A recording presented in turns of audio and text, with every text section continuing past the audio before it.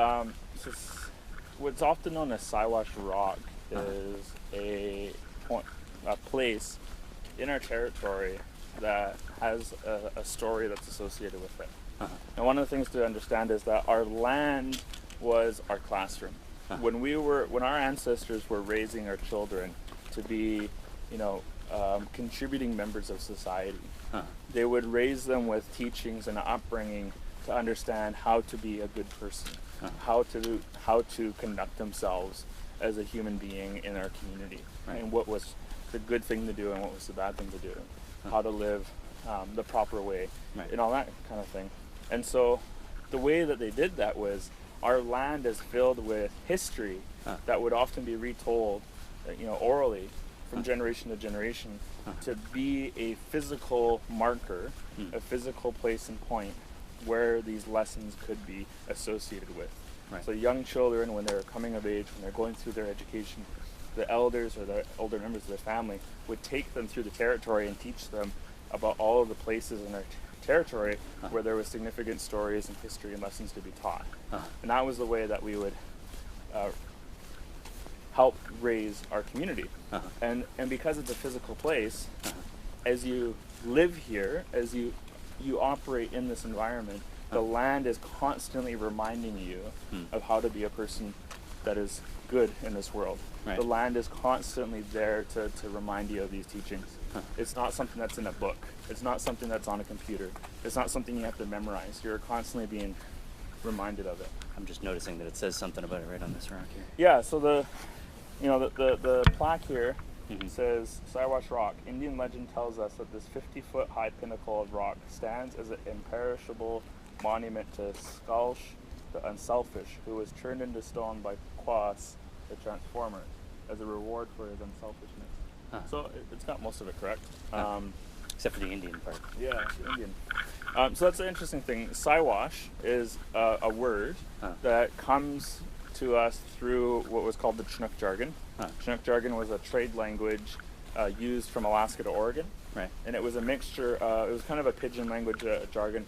It was a mixture of Salish words, Nechanoth words, languages from the Columbia River primarily, as well as a little bit of French and English. So you could trade with people. Yeah, it was a really easy language to learn. You could learn it pretty quickly, and if you were a fur trader or what have you, you could pick it up within a few weeks and be able to trade with it. Even white people. Yeah, and a lot of English and French words were contributed to it because of that. Gotcha. So one of the French words that basically got changed because of pronunciation was that the French word sauvage got changed into Siwash, and the French word sauvage means savage. And so this was the word in Chinook that became known as the word for in native people. So Siwash was what, if you were talking about native people, you would call an Indian person a Siwash. Jeez. And so Siwash Rock, at the time, it was just basically, it meant Indian rock. But that's the etymology of that word, is that it comes from French word sauvage. It originally meant savage. That's what the French word means. Wow, that's horribly offensive. Yeah, and nobody knows that. Yeah.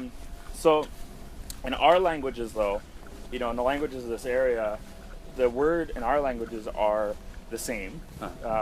Same word, basically, just a slight different pronunciation. It's a different accent or different, it's like a difference between calling something in Italian versus calling something in Spanish. They're really close. Two slightly different languages, but the same word, more or less. So in Squamish, we call it Schaelsh, and in Hunkaminam, it's called Schilich. And the word in both languages just refers to someone or something that is standing. And so the story goes that there was a man who decided to disobey what we call the Chais, or the Transformers. They were these four brothers that in our history traveled through our territory, transforming human animals and things into different human animals and things for the purposes of setting things right in the world. And so when the Chais came through this part of the territory, they had met this man, and the man was going through spiritual training by bathing in the ocean and trying to purify himself, as we do in our customs. And he was doing this because he was training to become a father. Right. His wife was expecting a child, and he wanted to strengthen his mind and his heart for this responsibility that was coming. And so he was committing himself to this spiritual training. And the Khais came, and they asked him to move out of the way. Right. And he refused to, because he said, I committed myself to this training. I'm committing myself to my future child. I will not, I will not move. Right.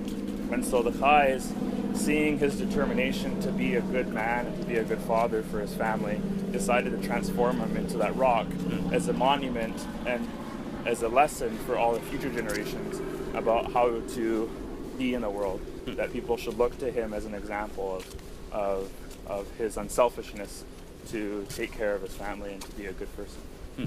His two wives were also transformed into a rock. One was transformed, and the rock is a little bit further around, and the other one's closer to one of closer to a landscape ridge. Right. What happened to the kids? The mother never gave birth to the child, but the child and the mother were transformed into one of the rocks as well. Huh.